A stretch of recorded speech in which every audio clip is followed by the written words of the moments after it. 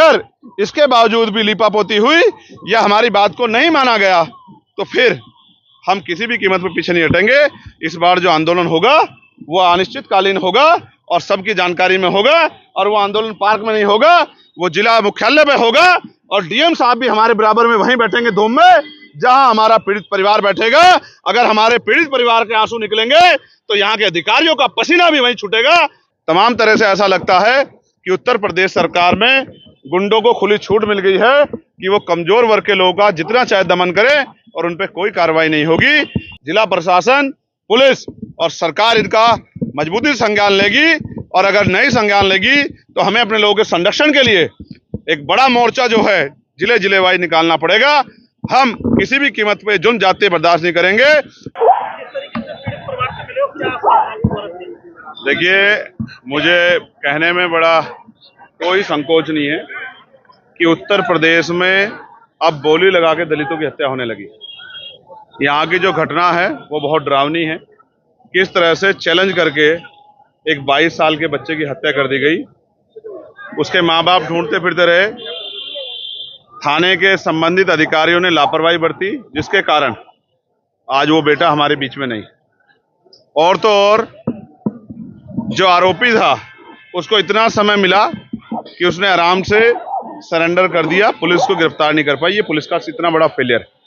उसके साथ। और वो सातिर इतना है, जिसको जुनैल बताया जा रहा है, वो इतना सातिर है कि उसने 5 अन्य लोगों के नाम ले दिए कि ये मेरे साथी थे। बाद में पुलिस का जानकारी में अपनी जो कार्रवाई है, अपनी जांच में मानना है कि वो 5 लोग उसमें नहीं थे, ये उसने किसी और मंशा से दिए। इसका मतलब वो एक सातिर अपराधी है जिसने सोच समझ के ये हत्या की है। उस पर कठोर से कठोर कार्रवाई हो और फास्ट ट्रैक कोर्ट में मुकदमा चले, और जितने भी ऐसे अधिकारी हैं जिन्होंने अपने कर्तव्य के प्रति जिम्मेदारी निर्वहन नहीं किया, उन पर सख्त कार्रवाई हो, जिससे कि और थानों में गरीबों की जो के साथ जुल्म हो रहा है, वो जुल्म करने वाले लोगों पे कार्रवाई होना आसान हो जाए, सभी अधिकारियों को इसकी संदेश जाए। साथ साथ परिवार की हालत बड़ी कमजोर है, तो हमने परिवार के लिए 50 लाख रुपए की आर्थिक मदद की मांग की है, क्योंकि उनका जो यही कमाने वाला बच्चा था, इस बिटिया के भी 2 बच्चे हैं और उनके माँ बाप भी वृद्ध हो चुके हैं, इनके लिए भी हमने मांग की है, और एक सरकारी नौकरी की हमने मांग की है, परिवार की सुरक्षा की, और साथ साथ उसमें जो संलिप्त और लोग हैं जिनका पुलिस द्वारा भी बताया गया कि और भी लोग उसमें शामिल है, उनको भी जो है जल्दी जानकारी करके और उनको भी सख्त से सख्त सजा जो है मिले, उनको गिरफ्तार किया जाए, और संरक्षण करने वाले अधिकारियों पे, लापरवाह अधिकारियों पे कार्रवाई हो, ऐसी हमने मांग की है। इसके अलावा भी बहुत सारी घटनाएं, जैसे एक मामला संज्ञान में आया है जो नशा मुक्ति केंद्र का है कि उसमें दूसरी हत्या हुई, पीट के हत्या की गई है, उसमें भी, और कई ऐसे मामले जो यहाँ के SPRA को और यहाँ के SSP को और यहाँ के जिले के अधिकारियों को हमने बताए हैं। तमाम तरह से ऐसा लगता है कि उत्तर प्रदेश सरकार में गुंडों को खुली छूट मिल गई है कि वो कमजोर वर्ग के लोगों का जितना चाहे दमन करे और उन पर कोई कार्रवाई नहीं होगी। हम ये उम्मीद करते हैं आज की इस घटना के बाद, और ये जो हजारों लोग आज यहाँ अलीगढ़ में इकट्ठा हुए हैं, इनके आक्रोश को समझते हुए जिला प्रशासन, पुलिस और सरकार इनका मजबूती से संज्ञान लेगी, और अगर नहीं संज्ञान लेगी तो हमें अपने लोगों के संरक्षण के लिए एक बड़ा मोर्चा जो है जिले जिले वाइज निकालना पड़ेगा। हम किसी भी कीमत पे जुल्म जाते बर्दाश्त नहीं करेंगे, और गुंडों को सजा मिले इसके लिए हम लगातार संघर्ष करते रहेंगे। हमारी ये मांग भी है कि लापरवाह अधिकारियों को चार्ज ना दिया जाए,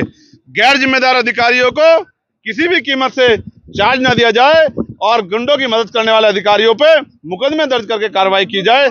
तब जाके मैं लोकसभा में भी और लोकसभा के बाहर भी आपको आश्वस्त करता हूं कि उत्तर प्रदेश के और देश के दलित, पिछड़े, मुसलमान, आदिवासी, तमाम महिलाओं, किसानों, मजदूरों के मुद्दों को बड़ी मुखरता से हम पार्लियामेंट के अंदर भी और पार्लियामेंट के बाहर सड़क पे भी मजबूती से उठाएंगे, और गुंडागर्दी करने वाले लोगों को किसी भी तरह के संरक्षण के बावजूद भी उनकी सही जगह भेजने के लिए पुरजोर ताकत से आंदोलन करेंगे, संघर्ष करेंगे। भले ही हम लोकसभा के सदस्य बन गए हों, लेकिन हम सड़क की संघर्ष का रास्ता नहीं छोड़ेंगे, क्योंकि जब सत्ता तानाशाह हो जाएगी या सत्ता अहंकारी हो जाएगी तो सड़क का रास्ता ही गरीबों के न्याय के दरवाजे खोलेगी, ऐसा मेरा मानना है। देखिए, पीड़ित परिवार देखिए एक प्रोसीजर है और हमने प्रशासन से बात की है, वो कुर्सी पे हैं, ऑन चेयर होने के कारण उन्हीं को काम करना है। हम उनको पर्याप्त समय दे रहे हैं और हमने अपने लोगों को भी कह दिया है कि अगर इसके बावजूद भी लीपापोती हुई या हमारी बात को नहीं माना गया तो फिर हम किसी भी कीमत पर पीछे नहीं हटेंगे। इस बार जो आंदोलन होगा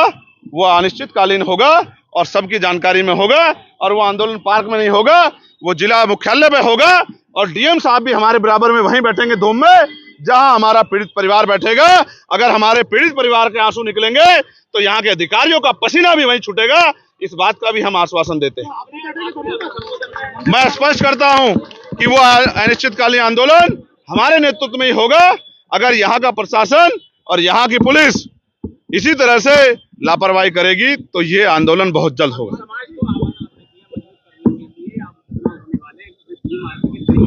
मैंने अपने लोगों से ये आग्रह किया है कि ये लोग भी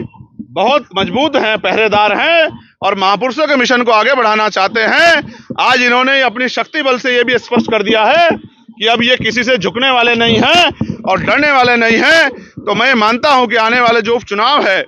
जो खैर का प्रस्तावित उपचुनाव है 6 महीने के अंदर होना है, मैंने इनसे मांग भी की है कि सिर्फ झंडा और नारे से आगे बढ़ के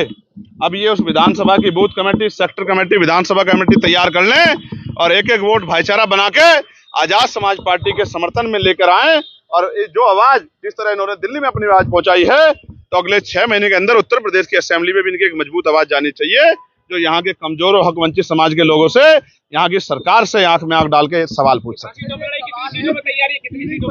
ये पार्टी का इशू है, मेरा इशू नहीं है। पार्टी के नेता खड़े हैं, मंत्री जी खड़े हैं और प्रदेश अध्यक्ष जी और जिले के मंडल के लोग हैं, इनका फैसला मैं तो वर्कर। एक सेकंड, देखिए मैं मानता हूं कि यहाँ के जो एसएसपी हैं मैं उनको पहले से जानता हूं, एक अच्छे अधिकारी है। मैं इनसे ये भी उम्मीद करता हूं, उन्होंने मुझसे बताया है कि बहुत देर से मेरे संज्ञान में मामला आया, लेकिन उन्होंने मुझे आश्वस्त किया कि वो किसी भी तरह के दबाव को ना लेते हैं और ना इसी मामले में लेंगे। लेकिन अगर हमें कहीं, क्योंकि न्याय करने से ज़्यादा न्याय होना बहुत जरूरी है, दिखना बहुत जरूरी है, कहीं भी अगर हमें अपने स्तर पे लगा तो फिर हम इस संघर्ष को आगे बढ़ाएंगे।